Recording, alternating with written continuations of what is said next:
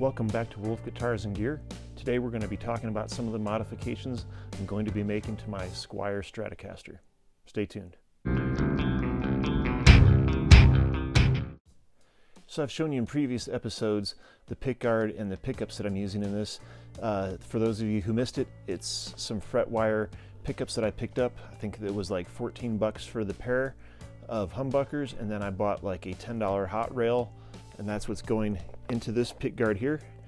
As you can see, I've already fitted the pickups into it, and so we've got two pickups here and we've got the hot rails in the middle.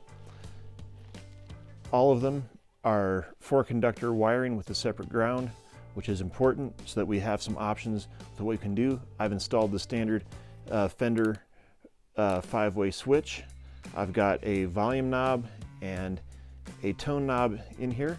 I have some other things in the works. So just to kind of let you know about a little bit of the process that went into this, the pickups didn't fit directly into the holes initially. I had to use a file and file them to size so that I could fit these in here nice and comfortably, which just took a couple minutes with some elbow grease. No big deal, got it done. Much rather they be a little bit tight than a little too loose, so it's easier to take off. You can't add it back in. So that process is done now. I also have some other things that I'll be doing. Way down on a couple more parts. One thing that's worth noticing too is when you're working with these type of pickups, to make sure that you get them in the right position, in the right orientation.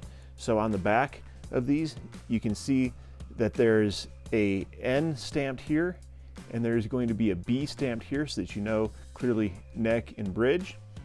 One thing also that's worth noticing too is because we're going to be doing some different things with coil splitting in that, it's important to know the orientation of the polarity on each of the pickups.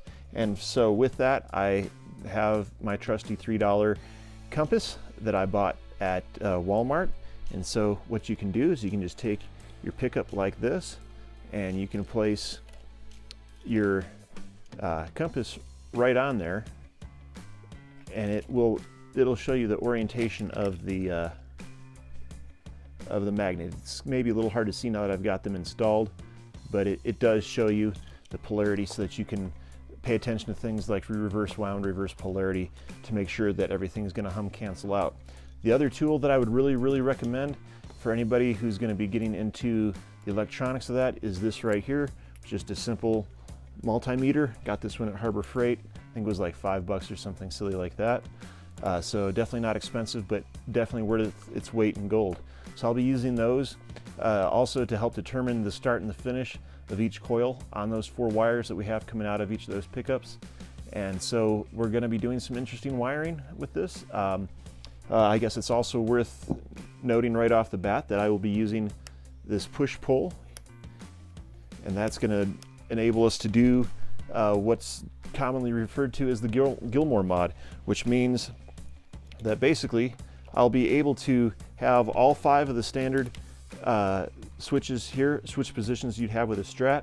So you'll be able to have just neck, you'll be able to have just neck in middle, then you'll have just middle, then you'll have middle and bridge, and just bridge on the 5-way switch. But when you engage that push-pull, then you can put the neck in on any of those positions, which allows you the additional positions of having all 3 pickups on at once, or just the bridge and the neck. So you can get your humbucker tones out of here as well.